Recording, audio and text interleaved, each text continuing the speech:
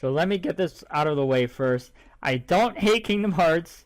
I don't hate Kingdom Hearts 3 before you just throw dislikes at me. I feel like my opinion is now that Kingdom Hearts 3 has overall made me more disappointed than anything in the Kingdom Hearts series as a whole.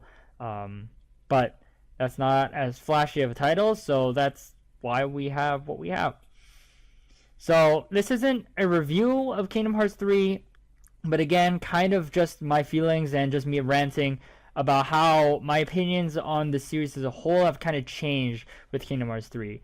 I think stories in general are very strongly built on how their endings are. And since this is the ending of the Xehanort saga, which is basically what the previous Kingdom Hearts games have built up like in their stories, now with this ending, I think it's very important that we kind of look back at the story and kind of see it for what it is rather than all the mysteries that Nomura has kind of threw at us and made us think about without him revealing them.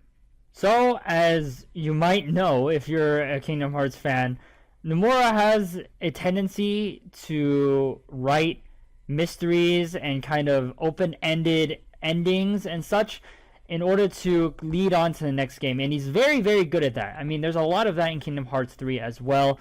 You can see it with him hinting about the old Keyblade War and hinting, oh, Marluxia, Larxene, all of them are, you know, people from back then. I mean, we already have Lumaria or whatever the hell in the mobile game. Obviously, Ventus is a big mystery. Spoilers, by the way. But I think that now, with the conclusion of the Xehanort series, we can see that his writing style is a lot more creating mysteries first and then solving them after. And Kingdom Hearts 3, in the bluntest of ways, was the easiest way he could have solved those mysteries. And what I mean by that is basically, if he had kind of thought of a story beforehand, like if he was writing Kingdom Hearts 1 with a giant, expansive universe in his mind, it would be very obvious that things would be different from the way they are now. I think he's revealed that characters such as Axel, characters such as Larxene and Marluxia, characters such as Demyx and Luxord, they were definitely supposed to die when they died in their respective games. In fact, Axel was supposed to die in Chain of Memories, but they brought him back in Kingdom Hearts 2 because guess what? He was popular. And then he was supposed to die in Kingdom Hearts 2, but guess what? He was popular, so they brought him back in Dream Drop Distance.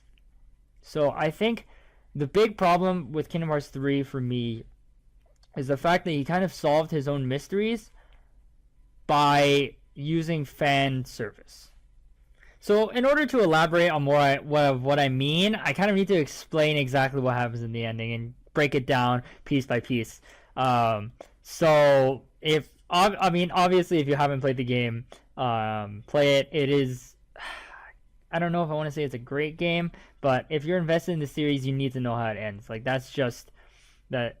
Despite whether or not it's good or not, you need to know it. So go do that and then come back and watch this rant. But anyways, so the ending basically starts after you finish all the Disney Worlds, and then Sora goes to save Aqua, who was Norded. We all know that. Aqua's saved, and then after that we go straight to saving Ventus. Fight Vanitas in the process, saves Ventus, blah blah blah. And then now, oh boy, we have 7 lights, we can go fight the Xehanorts. So they go fight the Xehanorts, and then they get fucking wrecked, like instantly. They all just kind of give up, and then die. So they all die, yeah, and then Sora is clinging on to life, and so is everyone else. Somehow, I don't really get that, but Sora comes back to life with the help of Kairi, kind of, somewhat, and Naminé, I guess, I don't know, and Chirithy. So they come back to life. The same exact cutscene plays again. So I guess Sora kind of just went back in time to try again, but then he doesn't really change anything. He still just stands there hoping that things will be different.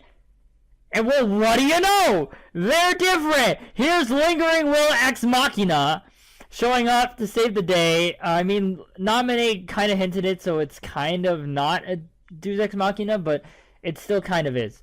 And then this time, they fight some more Heartless before, here's the tornado again. And then, now what are we gonna do? And then this time, it's Ephraim, or whatever, and then it's all the guys in the mobile game. Which is kind of a cool moment, but it's still, like, comes out of nowhere.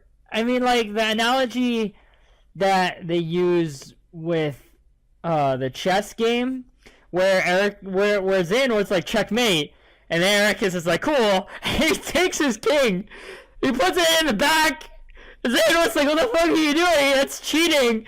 And then Eric is like, there's more to light than meets the eye or some shit, and then it's like, sometimes the light comes from the past, and then there's just more pieces. It's like, that's cheating. That's not how chess works. What the shit?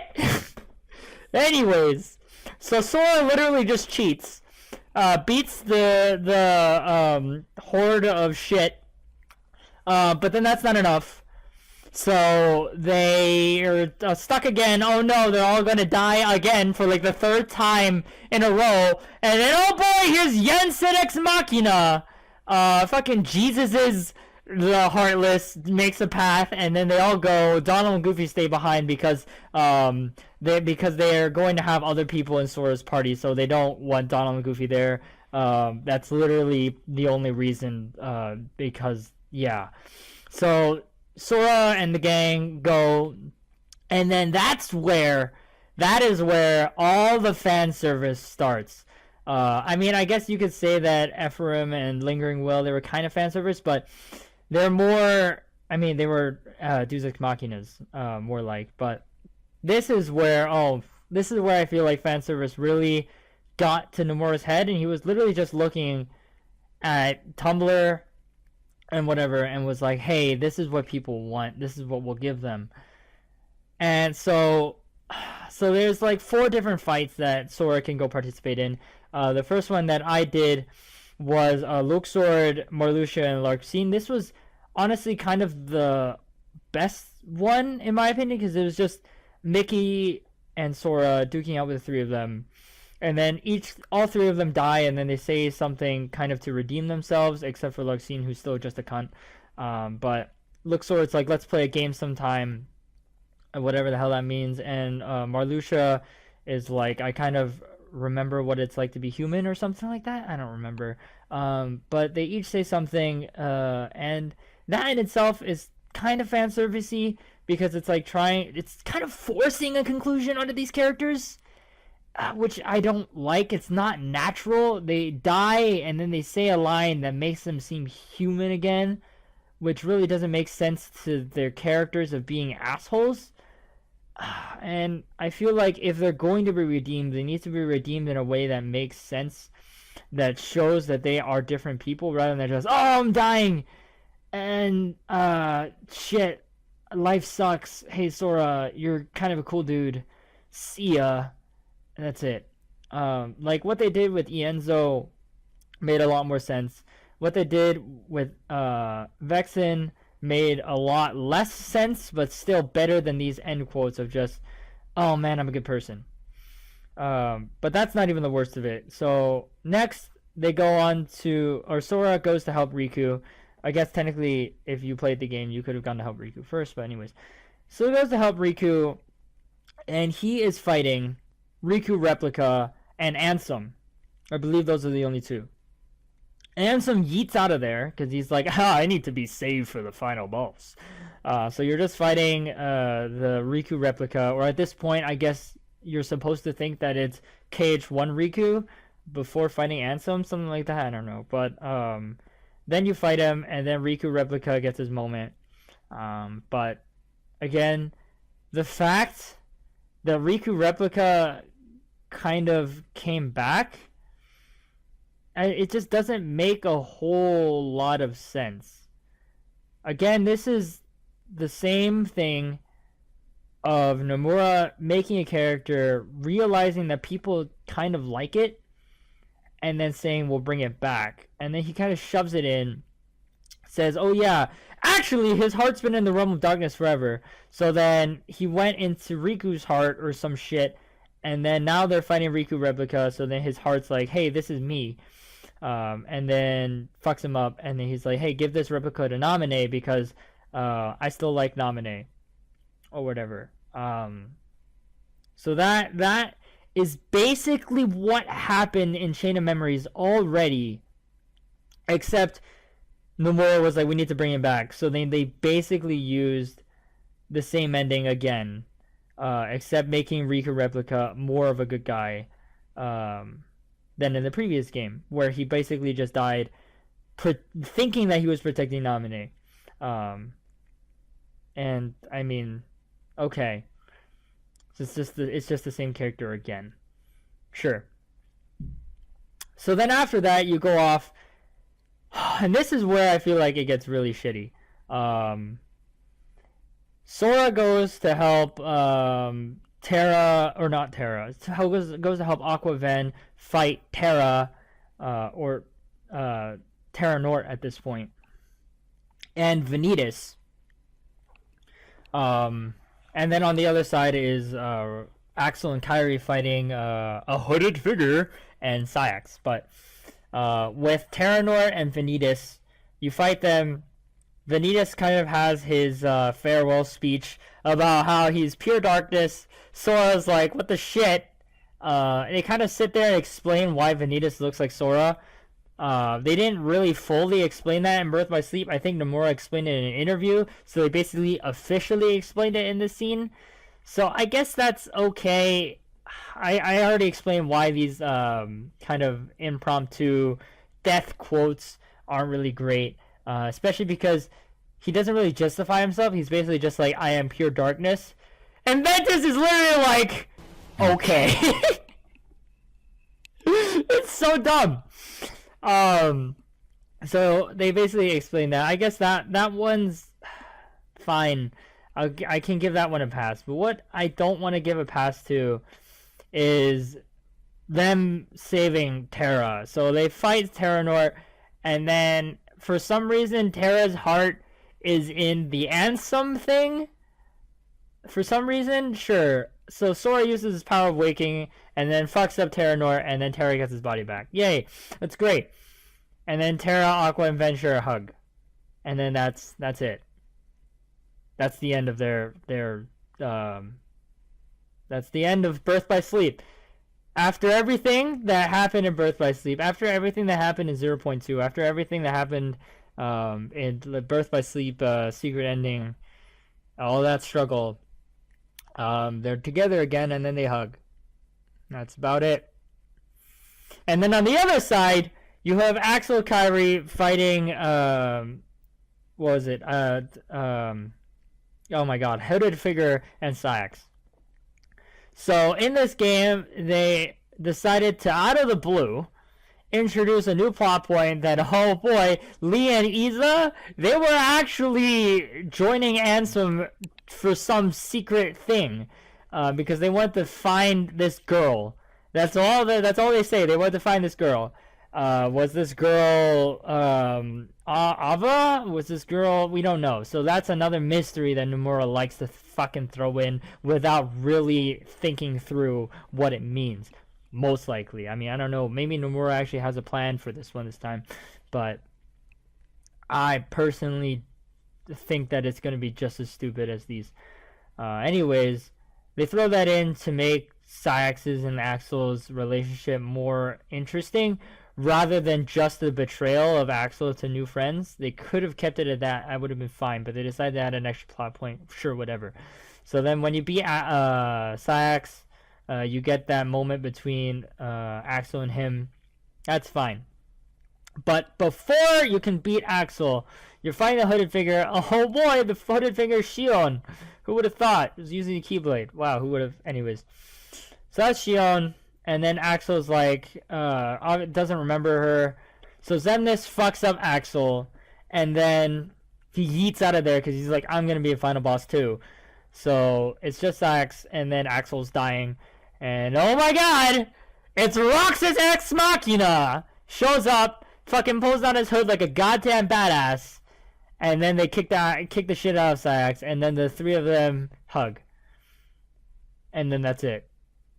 Roxas shows up. Xion is there. They're both in replicas.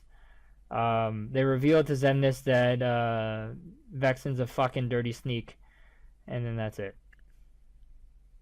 That's the end of the 358 over 2 days trio. That's the end after everything they went through in 358 over 2 days. Everything they went through in Kingdom Hearts 2. That was the conclusion. They hugged, and then they're done.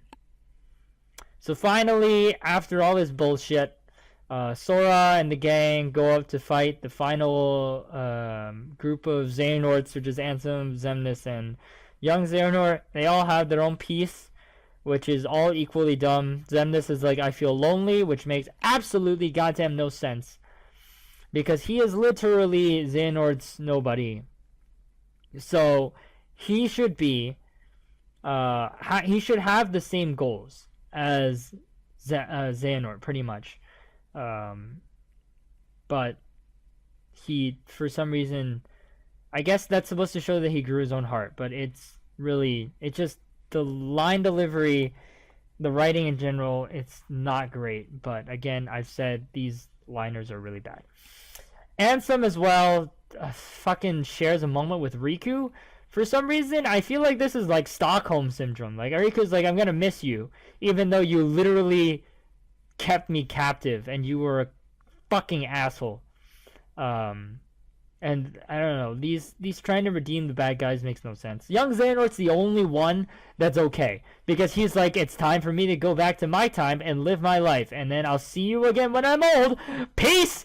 That's it. It's fine. That's good. They should stay fucking evil, because they are. That's literally, they want to use the darkness and take over the world. Like, that's what their goal should be.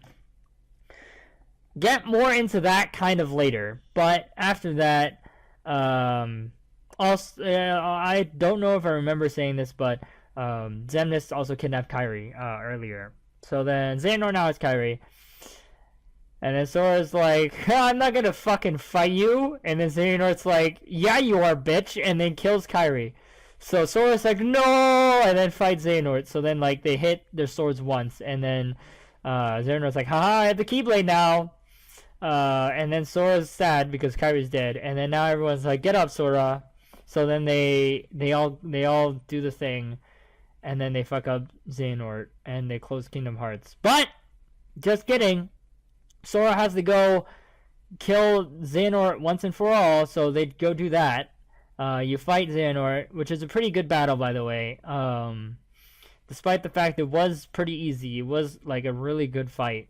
It wasn't bullshitty, all that. Anyways, you fight Xehanort, and then turns out he's one of those villains where he's like, the world fucking sucks. We need to give it a blank slate so that good things can happen again. And Sora's like, that's not your rule, and aside. And then Xehanort's like, shit, you're right, man. And then Ericus comes out because he's a sly fox, which was pretty good. I'll admit, this is one piece of fan service that I'm okay with, because it actually seems like Nomura thought this out. He was like, at the end of Birth by Sleep, Ericus dies. He's like, nah, he ain't dead for sure. And then they slip that line in where Terra's talking to Xehanort in Terra's body, and Xehanort's like, you sly fox, Ericus. So that's one thing that I'm like, good. They actually followed up on something that I feel like Nomura had planned. So Ericus shows up, and then Terra, Aqua, and Ven have one more hug, and then that's kind of it. And then Ericus and Xehanort die together, which is fine, because they've been showing young Ericus and young Xehanort throughout the game, and I think in that story arc between the two of them was fine in this game isolated, but with the context of Birth by Sleep, makes no goddamn sense, because it showed that Xehanort, okay, I guess this is more of a critique on Xehanort as a whole, but it showed that Xehanort, his motive in Birth by Sleep was to create another Keyblade War, because he wanted to know what would happen. And I think that would have been fine. He could have just been an evil guy who really fucking liked darkness. That's fine. It's a Kingdom Hearts, it's a Disney game. It doesn't have to be that crazy. He doesn't have to be a good guy in the end. But no, they had to make it so Xehanort is a good guy in the end. They had to make it so that, just kidding, Xehanort actually had the world's interest in mind. He wasn't just obsessed with darkness. He wasn't just wanting to be evil. And that just kind of kills it for me, because Xehanort is not supposed to be a good guy. He's not supposed to be someone who's like, hey, I want to save the world using evil powers. So the fact that they tried to redeem him even slightly, they still could have made him an evil person and say, you know, fuck this shit. I really want darkness to take over the world because darkness is good to me. And the Ericas would be like, you should know when you're beat. And then they would die together. That would have been fine. But no, they had to throw that last little bit in, which contradicts everything. So then that's the end. Everyone's happy except Sora, apparently, because he went off to find Kairi, and then in the end, Sora kind of fades away. It's kind of symbolizing that he sacrificed himself for Kairi. Again, another mystery that Nomura will fill in later and probably not be as good as what we expect. So I broke down everything that was shit about the ending itself, except for one thing, and that's Kairi. And Kairi, I feel like, is a whole different issue where, oh my god, this is anti-fan service. What Kairi is, she's anti-fan service. She's everything that the fans did not want to see. They didn't want to see another damsel in distress. We didn't want to see Kairi be fucking useless. But there she is, being fucking useless. Throughout the entire game, I believe she had 4 significant scenes. There was the first one with her and Axel, where she was writing that one note, which did more for Axel than Kairi. I mean, she was writing a note to Sora. So all it did for her character is show that she still likes Sora, but it showed more that Axel still remembers Xion deep down. So that didn't do anything for Kairi. Second one showed Kairi's new outfit and was like, our training's almost done, oh boy. And that was pretty much it, to my knowledge. Third one was Kairi sharing the Pow Pow fruit with Sora, which was good. It referenced Kingdom Hearts 1's ending. That's fine. And, I mean, throughout the game with Tangled and Frozen, they've been hinting to Sora about what love is. And, oh boy, wow, who would have thought that Sora and Kairi love each other? Haha. Ship has sailed, folks. And the fourth scene was Kairi saving Sora. So that showed... Oh, I guess also in the third scene with the Pow Pow fruit, Kairi was like, I'll be the one to protect you. And then she does that by kind of keeping him alive when he dies. But in the end, those 2 scenes, they serve more to propel... They serve more to support Sora's character. They give Sora a love interest. They don't really give Kairi any motivation other than liking Sora. That's what those 2 scenes did. Other than that, what does she do? She is in the Keyblade Graveyard, and then she stands there, and then she dies. That's it. She, like, stands there, is about to get attacked, and then she's like, oh no. And then Sora, like, rushes to protect her or something. And then I think that's... fuck. That's when Donald uses his crazy-ass beam and then dies. But then after that, she just dies because she was trying to protect Axel. But yeah, so she was completely useless. I don't think she even summoned her Keyblade. She didn't even summon... Like, she didn't summon her Keyblade to protect herself. Like, that... I get that she's a noob, but... That just looks so bad. It doesn't make sense. That only serves to make Kairi weaker than everyone else. Which doesn't make any sense to me. And then, finally, she just gets up and kidnapped. Wow. Where have we seen that before? Literally every other Kingdom Hearts game. Kingdom Hearts 1. Oh no, she's dead. Because she's in Sora's heart. Kingdom Hearts 2. Where is she? Oh, she got kidnapped by Axel. Damn it.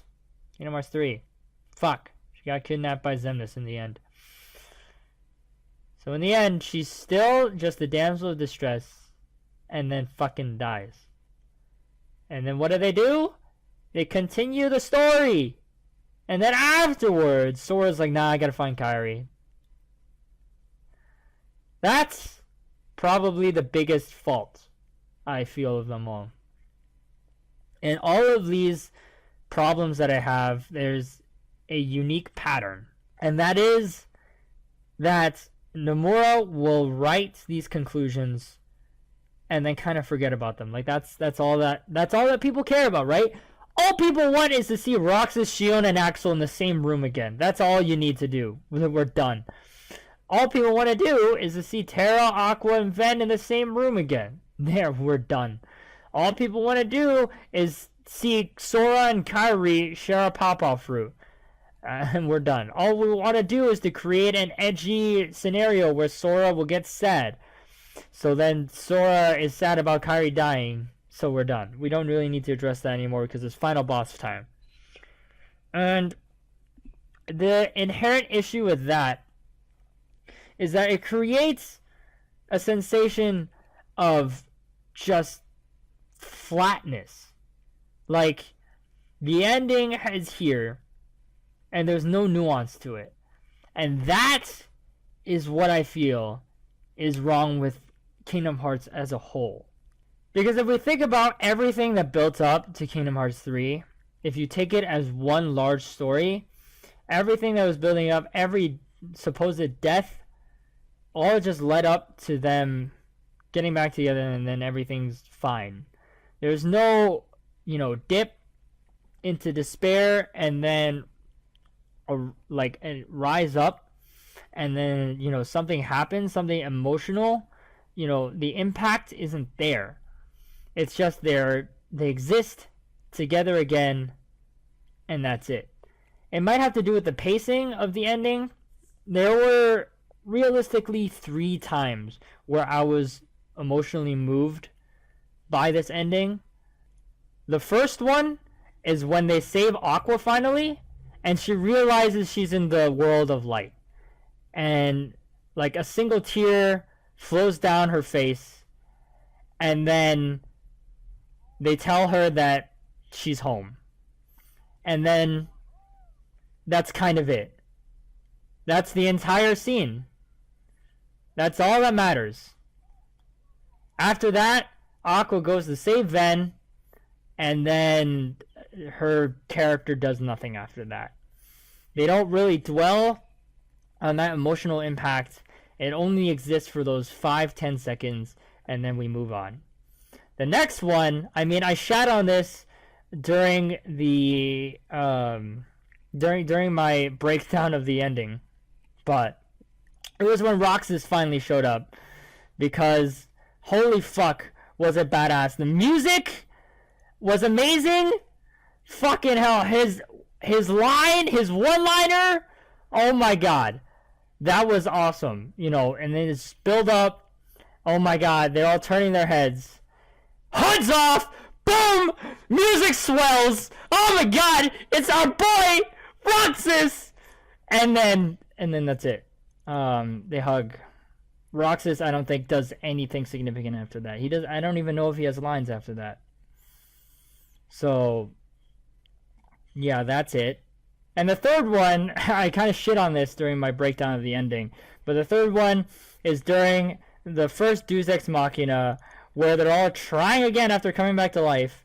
Sora does nothing different, but this time, instead of fucking up Ven instantly, boom! There's a cloud of smoke. Xehanort is like, what the shit? And then, here it is! It's motherfucking lingering oil! And you're like, holy shit! That's incredible.